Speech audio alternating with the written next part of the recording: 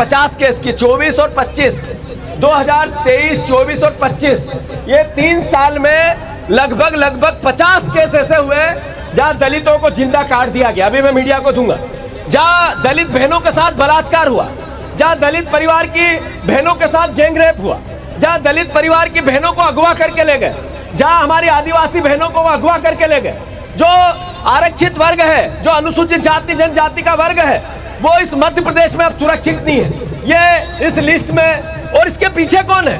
इसके पीछे आप देखो, सीधी में अजीत सिंह पाल चौहान द्वारा ब्लैकमेलिंग की गई और रेप किया गया, बीजेपी का नेता। फिर इसके बाद भोपाल में दीपक ठाकुर द्वारा मारपीट की गई, बंधक बनाया गया, बीजेपी का नेता। फिर सागर में अंकित सिंह द्वारा दलित महिला से यौन शोषण किया गया, बीजेपी का नेता।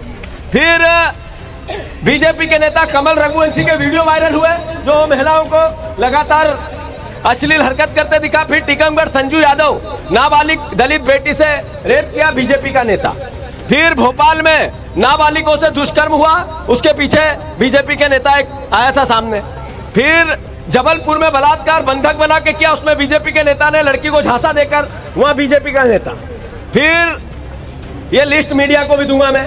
फिर छतरपुर में पंकज प्रजापति की हत्या कर दी, दलित था, ये बीजेपी का नेता ने की। उज्जैन में मनोज राय द्वारा रेप किया गया, धमकी दी गई, ये बीजेपी का नेता। फिर आर्मी की महिला अफसरों के साथ मऊ में, वहां बीजेपी के नेता।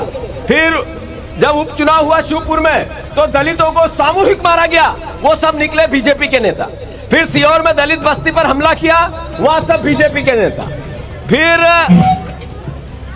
फिर मऊगंज में दलित परिवार की हत्या कर दी, सब पीछे बीजेपी के नेता। फिर ग्वालियर में मंडी बोर्ड अधिकारी पर हमला हुआ, वो दलित था इसलिए बीजेपी का नेता।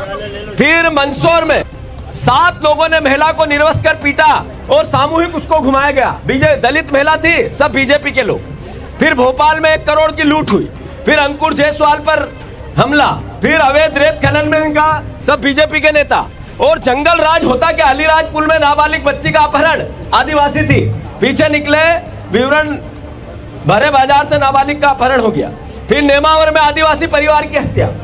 लगातार ये लिस्ट है जिसमें दलित परिवारों का शोषण हो रहा है। आखिर अमित शाह जी ने वहां से निर्देश दिया और बीजेपी के लोग यहां काम पे लग गए। मैं आदरणीय